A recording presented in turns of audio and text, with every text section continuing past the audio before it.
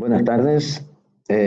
Vamos a continuar con el tema 1. Hoy vamos a ver ámbito de investigación y aplicación de la geología. Vamos a comenzar por esto y las subdivisiones y ciencias afines a la geología. Cuando definimos geología lo hicimos de esta manera, que era la ciencia que estudia la composición y la estructura interna y superficial de la Tierra y los procesos por los cuales ha evolucionado desde su formación. También dijimos que es una definición muy ambiciosa, es muy amplio el campo del conocimiento que pretende abordar la geología. Por lo tanto, es necesario subdividir en distintos campos del conocimiento y en distintas especialidades o disciplinas, ¿sí? Primero, la geología se divide en dos grandes campos, que son la geología física y la geología histórica. La primera, la geología física, estudia los materiales geológicos y los procesos por los cuales se forman esos materiales. La geología física estudia la evolución de la Tierra a lo largo del tiempo geológico. Muy bien, dentro de la geología física existen muchas disciplinas. Unas de ellas son la mineralogía y la petrología. La primera se ocupa del estudio de los minerales, la segunda, la petrología, es el estudio de las rocas.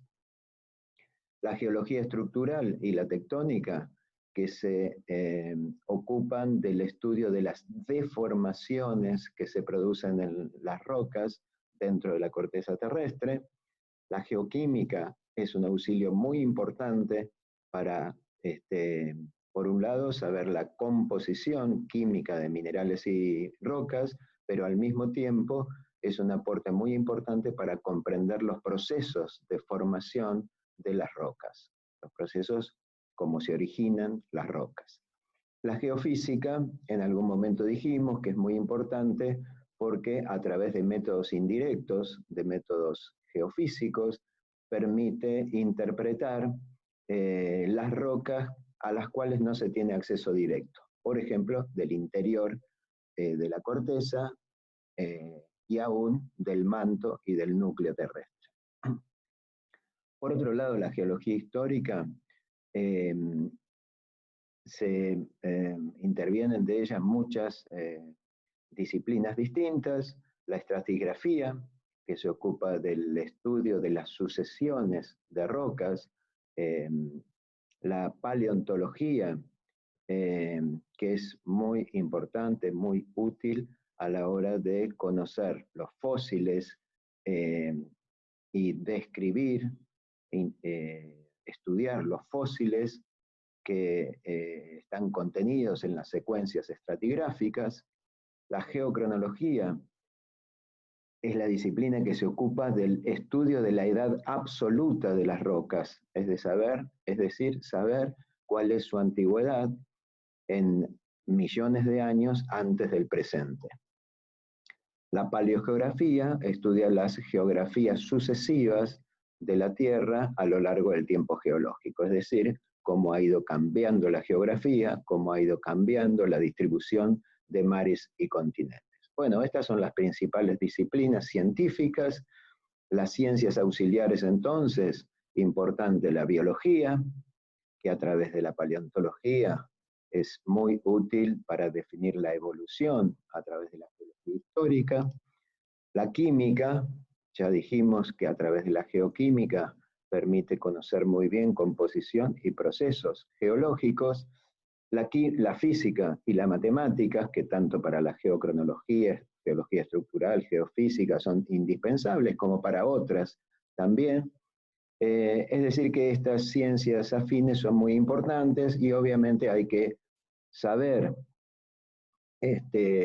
por lo menos elementos básicos de física, matemáticas, química y biología para entender los procesos geológicos. Muy bien, dicho esto, también existen disciplinas que son aplicadas, es decir, disciplinas que están diseñadas a los fines prácticos. Entre ellas, la geología de yacimientos minerales y la geología económica. La primera, la geología de yacimientos, estudia especialmente la génesis, el origen de los yacimientos minerales. yacimientos que pueden ser metalíferos, es decir, que contengan metales, yacimientos no metalíferos, rocas de aplicación, todos yacimientos que eventualmente pueden tener importancia económica. Pero la geología de yacimientos se restringe al estudio básico y especialmente genético de esos yacimientos. La geología económica, en cambio, ya interviene en lo que se llama exploración y explotación del recurso geológico. Cuando digo exploración, es conocer cómo es el yacimiento ya en términos cuantitativos, y luego, para llegar a la etapa de explotación, el estudio de factibilidad, de si ese yacimiento se puede desarrollar con fines prácticos económicos. Muy bien. Otro tanto ocurre con la geología del petróleo y el gas. Como fuente de energía, son muy importantes estos yacimientos de hidrocarburos, y también la geología interviene muy directamente en las etapas de prospección, de búsqueda, es decir, de búsqueda de los hidrocarburos, de la exploración de los yacimientos de hidrocarburos, es decir, de cuantificar reservas a través de perforaciones y métodos geofísicos, para luego pasar a la fase de explotación, donde ya intervienen, además de geólogos, muchas otras profesiones, ingeniería de reservorios, etcétera, etcétera. La hidrogeología también es muy importante, básicamente porque permite buscar, explorar y explotar aguas subterráneas. Y digo muy importante porque es el recurso básico para nuestra vida, ¿verdad? De esta manera se pueden descubrir y explotar aguas subterráneas, obviamente para consumo humano, pero también aguas industriales, aguas para riego, etc. Otra disciplina aplicada es la geotecnia. Esto es una disciplina aplicada a las grandes obras de ingeniería. Las represas, por ejemplo, como estamos viendo acá, o carreteras importantes, o túneles. Además de la fase de ingeniería para la fabricación, es muy necesario los estudios geológicos previos y durante las obras para que éstas puedan ser realizadas exitosamente. Últimamente es muy importante otra disciplina aplicada, que es la geología ambiental, es decir, estudiar la relación entre los procesos geológicos y el ambiente natural, especialmente en aquellas disciplinas que tienden al aprovechamiento de los recursos geológicos, es decir, los recursos de agua, suelos, minerales y rocas e hidrocarburos. Está claro que el aprovechamiento de estos recursos, de una u otra manera, en mayor o menor medida, impacta sobre el ambiente. Entonces es muy importante que exista esta disciplina que permite o tiende a impactar lo menos posible. Que la explotación de los recursos naturales es necesaria parece indiscutible. Hoy la sociedad moderna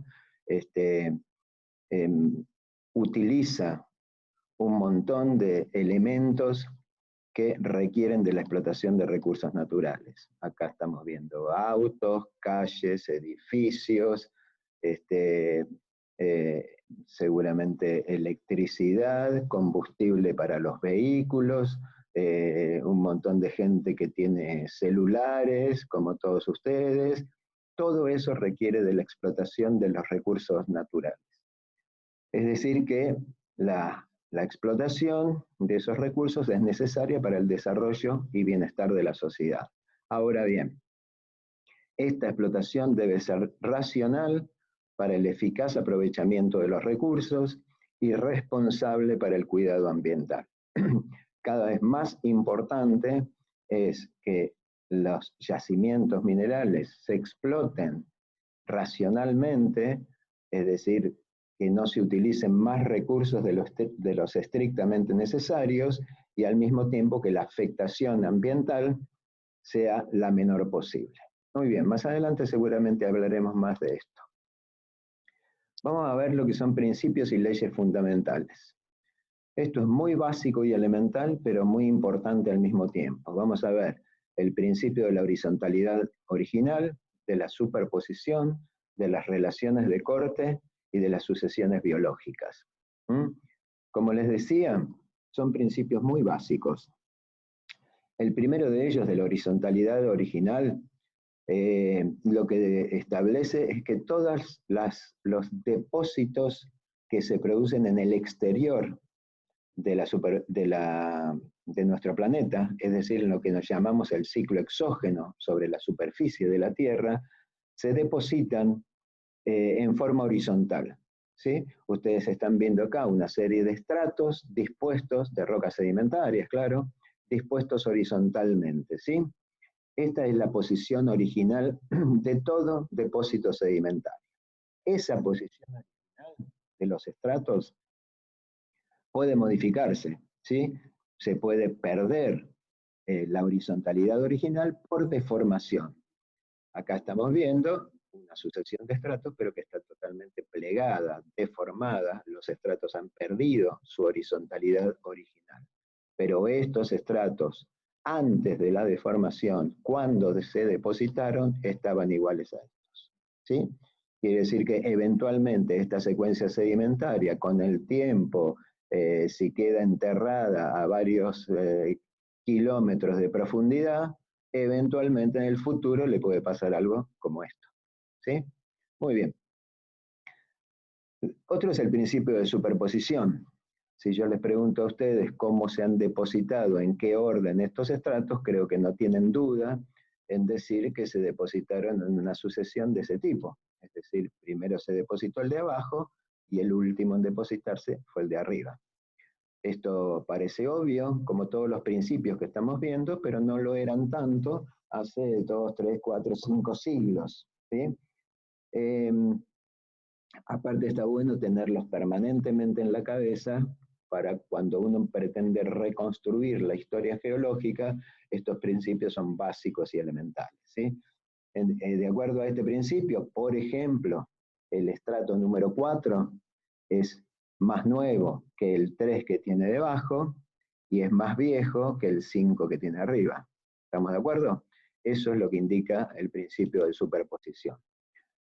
Al igual que la horizontalidad por deformación, especialmente en este caso una deformación extrema, como estamos viendo en esta imagen, también se puede invertir, se puede perder el principio de superposición.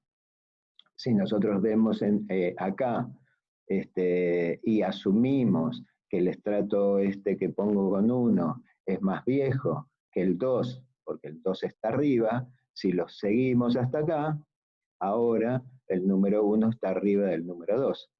Es decir que cuando la deformación es muy intensa, como en estos casos, las secuencias pueden estar invertidas. Se puede invertir la disposición de los estratos. Pero obviamente lo mismo que dijimos para el principio de horizontalidad, cuando esto no estaba deformado, esto se cumplía. Pasamos a otro, que son las relaciones de corte, que dice algo así como que todo fenómeno geológico que afecta a una roca es posterior a ella. Si ustedes piensan en lo que está escrito acá, es más que obvio, ¿sí? Esto es más que obvio, porque para afectarla, la roca tiene que existir. Ahora bien, en secuencias de rocas y demás, esto también hay que tenerlo siempre presente. Acá que estamos viendo un conjunto de rocas que están afectadas por fracturas, ¿sí? Por ejemplo, esa fractura que ahora puse en roja es anterior o posterior a la roca. Obviamente la fractura es posterior a la roca porque la afecta. Esto es una falla, fíjense que este estrato que está acá está desplazado por la falla y continúa acá. Bueno, en este caso la falla obviamente es posterior a la roca a la cual afecta. O esta otra, ¿cuál de estas dos rocas, la negra o la más clara, es más moderna? ¿Cuál afecta a la otra? Parece obvio que esta roca negra está interrumpiendo o se ha metido adentro de esta otra, y por lo tanto que esta otra es más vieja. Efectivamente, esa roca negra se introdujo en una fractura que tenía esta otra y entró en forma líquida esta roca. Esto es un producto de una inyección magmática, luego el enfriamiento de ese magma y la formación de esto que veremos más adelante se denomina dique. Obviamente un dique que afecta una roca es posterior a esta roca, ¿verdad? Dos ejemplos de relaciones de corte. Con respecto a sucesiones biológicas, a ver, lo podemos enunciar diciendo que los organismos fósiles se sucedieron unos a otros en un orden definido y determinable, es decir, que un periodo geológico puede reconocerse por sus fósiles. Pero vamos a desmenuzarlo un poco. Primero y principal, todos ustedes saben que son estos fósiles. El que pensó en trilobites se equivocó, son amonites, ¿sí? Que vivieron en la era mesozoica. Primero entendamos esto. Un fósil que está contenido en un estrato tiene la misma antigüedad que el estrato, forma parte de él, ¿verdad? Es decir, que el fósil con el estrato que lo contiene son contemporáneos. También es evidente que estas formas que están más abajo son más viejas que estas formas que están cada vez más arriba. Primero porque esto no es otra cosa que un ejemplo de evolución biológica, pero al mismo tiempo porque el principio de superposición que vimos obliga a interpretar que estos fósiles son más antiguos, estos más modernos y estos más modernos, ¿sí? Entendido que el estrato que contiene un fósil es contemporáneo con él, los fósiles varían verticalmente en las secuencias, pero hay que entender que son los mismos o tienen la misma antigüedad lateralmente, en la horizontal. Un estrato es sincrónico horizontalmente y por lo tanto puede tener los mismos fósiles. Esto es importante porque cuando nosotros estudiamos secuencias de rocas que están alejadas unas de otras, ¿sí? Los fósiles nos pueden ser de mucha utilidad para interpretar que este estrato que tiene este contenido fosilífero es el mismo, es contemporáneo con este estrato que tiene el mismo contenido fosilífero. Y por ahí, entre la sección A y la sección B, puede haber 80 kilómetros de distancia. O incluso pueden estar en continentes diferentes, ya lo vamos a ver después. Es decir, que los fósiles son muy importantes para establecer lo que se llama correlación estratigráfica. Correlacionar un conjunto de rocas con otro conjunto de rocas que está alejado por sus contenidos fosilíferos. Esto es muy útil para reconstruir las sucesiones estratigráficas en el espacio y en el tiempo. Estos son los principios muy básicos y elementales que mencionamos. Estos principios sirven básicamente para hacer cronología relativa. En la explicación de todos estos principios, ¿qué es lo que dijimos? ¿Qué es lo que interpretamos? Básicamente, ¿qué pasó antes y qué pasó después? Sirven para ordenar los eventos en el tiempo. Muy bien, vamos a ver un poquito, dos palabras sobre magnitud del tiempo geológico. Y esto básicamente para entender que tenemos, cuando hablamos de geología, entender que el tiempo tiene un concepto diferente del concepto que venimos manejando siempre, históricamente, ¿sí? El tiempo que nosotros tenemos en la cabeza, los que no son geólogos especialmente, puede definir que esto es una civilización muy antigua, efectivamente lo es, históricamente hablando, o que este auto es antiguo o muy antiguo, efectivamente lo es, históricamente hablando, pero cuando hablamos de geología, la dimensión del tiempo es muy distinta. ¿Se acuerdan cuando hablamos de James Hutton y el uniformitarismo, el descubrimiento de que el tiempo geológico es verdaderamente enorme? En términos geológicos, esto es una sucesión de rocas antigua, ¿sí?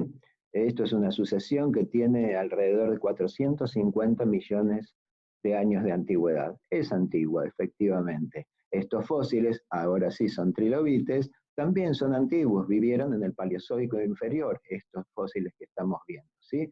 Esto es una roca muy antigua, efectivamente, pero ¿qué antigüedad tiene? Esta en particular tiene 2.500 millones de años, ¿sí? Entonces, en términos geológicos, una cosa muy antigua no tiene 6 millones de años ni 500 millones de años, tiene miles de millones de años de antigüedad.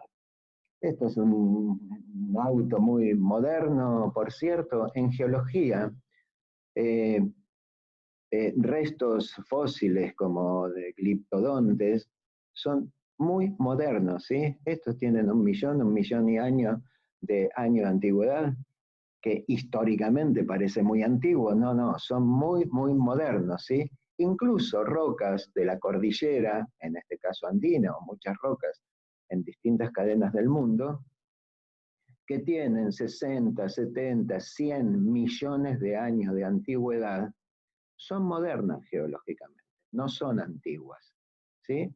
Especialmente si consideramos que la cadena andina, donde están formadas estas rocas, se está formando, está en elevación, es decir, que forman parte de una estructura efectivamente moderna, no antigua. Muy bien. Quiere decir que en geología debemos aprender, debemos asumir que debemos pensar en millones de años, en cientos de millones de años y hasta en miles de millones de años. Esa es la dimensión del tiempo en términos geológicos. Muy bien, seguimos en la próxima con una entrega también cortita como esta. Chao.